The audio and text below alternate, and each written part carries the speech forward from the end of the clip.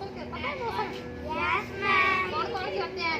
गर्मी होती है, सर्दी होती है, बादल होती है, बारिश होती है, पतझड़ बारिश होती है। तो अपने गर्मी के मौसम में कौन से कपड़े पहनते हैं?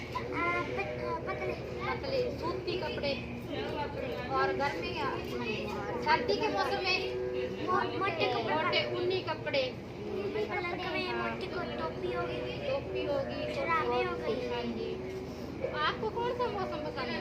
मुझे ठंड ठंड गर्मी। तो मौसम के बारे में आपको जानकारी मिली तो कैसा लगा? बहुत अच्छा